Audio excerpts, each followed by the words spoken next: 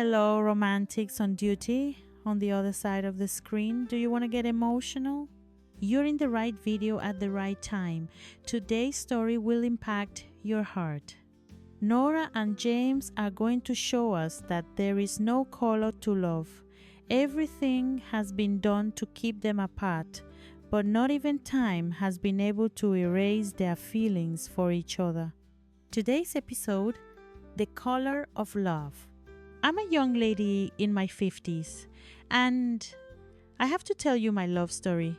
I'm proof that there's no way to determine what time and love have to do. It's not in our control. And for those of you who are thinking of giving up on love, think carefully about what you're about to hear.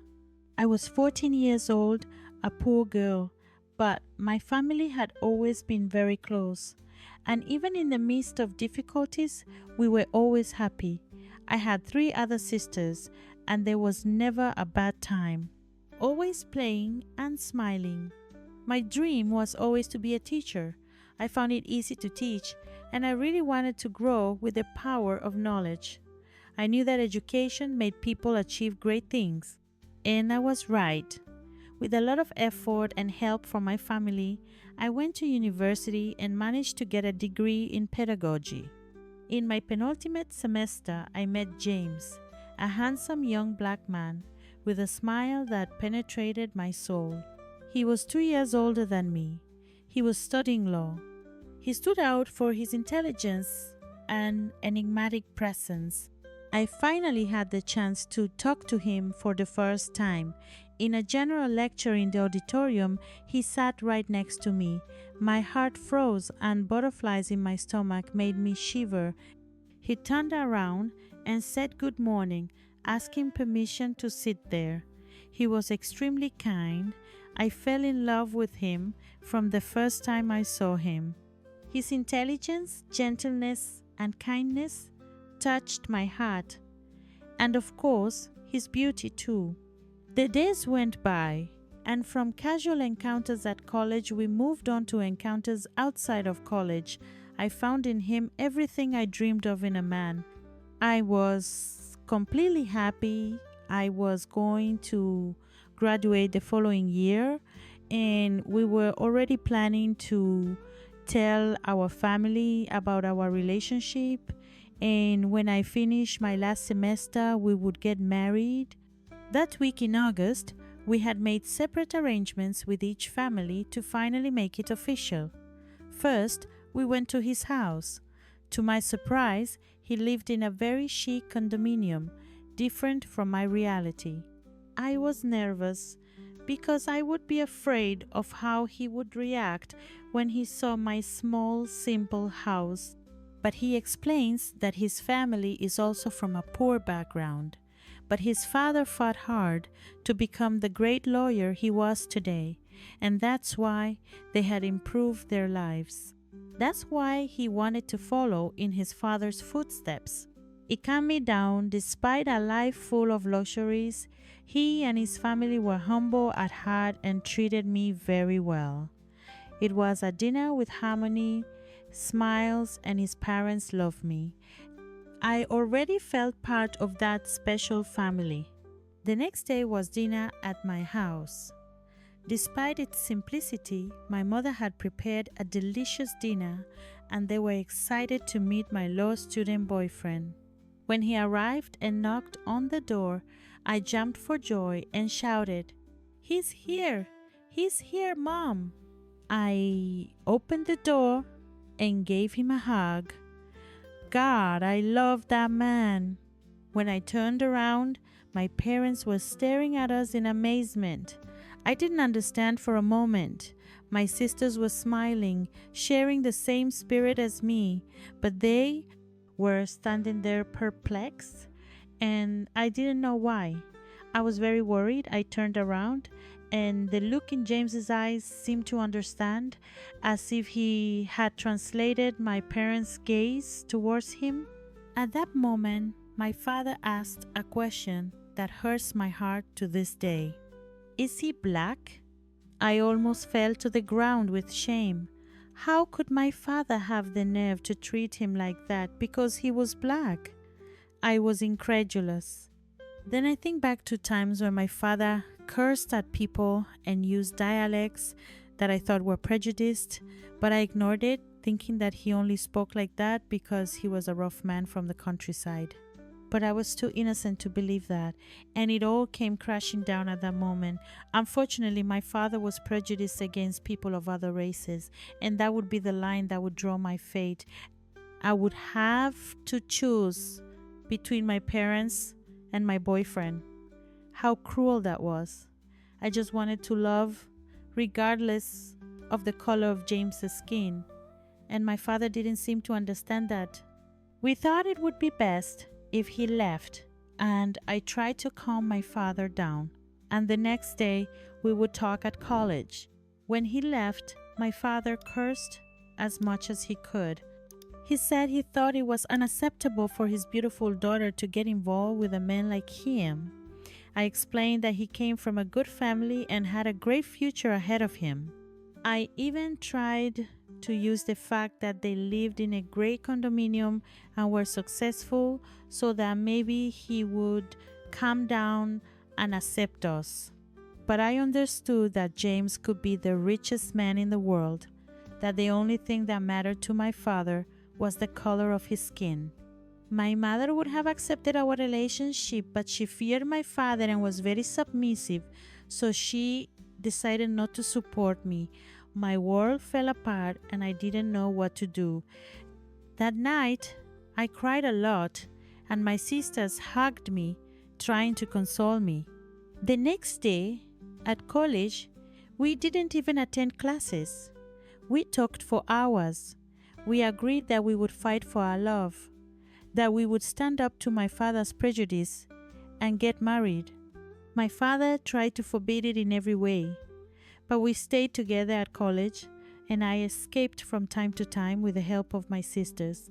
One weekend, my father gathered us together saying that he was going to have a family party in another town and we would be away all weekend. There were a lot of suitcases in the trunk, but I thought it was normal as we were a family of 5 spending 3 days away. But something inside me tried to warn me that I was falling into a cruel trap. My father had already planned everything. He had asked me to transfer to another college. He had already rented another house and got another job. Everything was planned so that our new life would begin in another state, and my sisters and I knew nothing about it. We only found out when we got there, and he coldly told me that I would never see James again, no matter what the cost, and that it was for my own good. I was in shock. I cried. I threatened to run away. But he swore that if I tried anything like that, he would take all his hatred out on my sisters and my mother. I was afraid, and for a while, that fear controlled me. I couldn't make them suffer because of me. My father tore up all the letters James had given me with his pledges of love, and the only telephone contact I had with him at the time, my father burned. Everything my father could do to try to make me forget him, he did. I calmed down and waited the remaining year to graduate and try to become independent. I was hoping that James would find me and we could run away together, since his family was influential. But days turned into weeks, and weeks turned into months, and finally, months became years. I didn't think James had fought to find me, and my father manipulated me by affirming my fear. I became bitter, vowing never to love anyone again, and I planted a hatred for my father in my heart. The years passed, and my sisters also grew up leaving home. I got a job as a teacher and won my longed-for freedom. I moved out on my own and came home only a few times a year, only for my mother, who was still fighting to keep the family together. I even thought about looking for James, but I was blinded by resentment, thinking that he hadn't come to me. I'd had a few boyfriends, but we'd always broken up. They'd said I was cold, in relationships, I couldn't blame loss. It was true. Until I met a good man who at the time was my apartment neighbor. I didn't want to be with anyone anymore. But he was also lonely and treated me like a real princess. Until he convinced me and we ended up getting married. I was happy with him, but there was a hole in my heart because I knew I could never love another man besides James. The years went by and he discovered that he couldn't have children. But that wasn't all. He became seriously ill and the doctors couldn't figure out what was wrong with him. Despite so many treatments, nothing helped. I looked after him as best I could. But life was cruel once again, and so he left, thanking me for being an angel in his life. Once again, I was alone. I decided to move to another city and accepted an excellent job offer. I would be an adjunct professor at a renowned university. I needed that change, so I left once again. I met lots of friends, traveled a lot. I was living a life of luxury. One day, I was buying some things for a dinner party I was having for my new friends. I was trying to choose a wine, and at that moment, I heard a voice mention my name. Nora, is that you? I froze. Was that James's voice, or was I going mad? It couldn't be. It wasn't possible that after years, there in that market, we had met again. I gathered my courage and turned around. In front of me stood the same handsome man from the past. It seemed that time had only improved everything about him. He still had that spectacular, engaging smile. I only managed to say a very dry and cold hello. I was still holding a grudge. He was as gentle as ever and wanted to hug me. Then I spoke. Because that feeling of bitterness and revolt had been kept inside me for years. I asked him why he wasn't fighting for me and I started to cry. I couldn't believe that the love of my life was standing in front of me. He wanted to hug me, but I was too resilient. But he convinced me to go to a snack bar and have a drink while he explained his side of the story. I asked him how he had recognized me after so many years. Because I had changed so much, and my back was turned. He very sweetly said that he could spend eternity and he would still recognize me even with my back turned, because our connection wasn't one of bodies but of souls. He began to tell me that he had been to my house several times in the hope of finding me, that he had tried to convince the principal to reveal where I had been transferred. His father would even use his influence to try to find me. But one day, my father went to him lying and saying that I had regretted starting a relationship with him. He says he didn't believe him. After some time, my father wrote a letter saying that I had started dating again and I was engaged, asking him not to interfere with my life.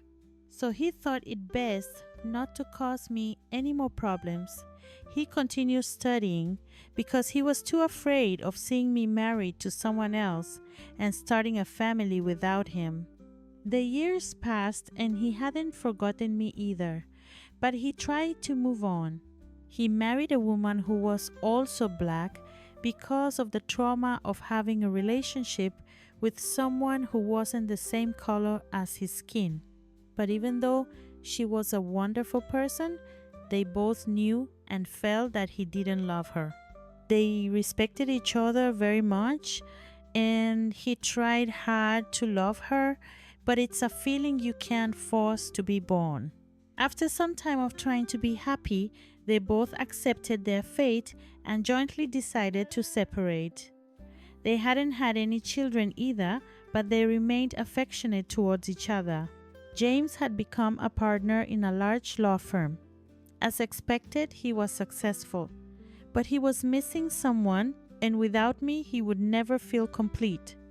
I was the woman in his life. He faced the fear of seeing me as someone else's wife, and he hired a detective to try and find me. And even though I was married with children, he said he wouldn't mind, that he would at least see me one last time and say goodbye in the right way. That's why he was there.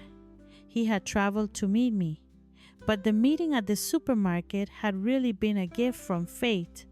It wasn't until the next day that he'd come to the university to try to see me. I was incredulous listening to all this.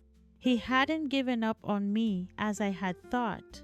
And just like me, he couldn't move on.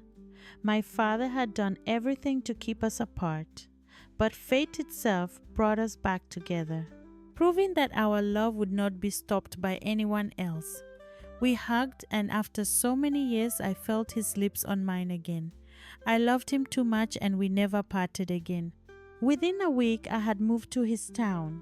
We got married in a simple ceremony with only those people who really supported us. We started traveling and fulfilling the dreams we had planned. After a year, I got pregnant, and we had a baby boy who was born with the characteristics of both of us. A little piece of love that symbolized our beautiful story. I forgave my father, but we didn't live together. I keep hoping that one day he will repent and ask James for forgiveness and be able to live with his grandson.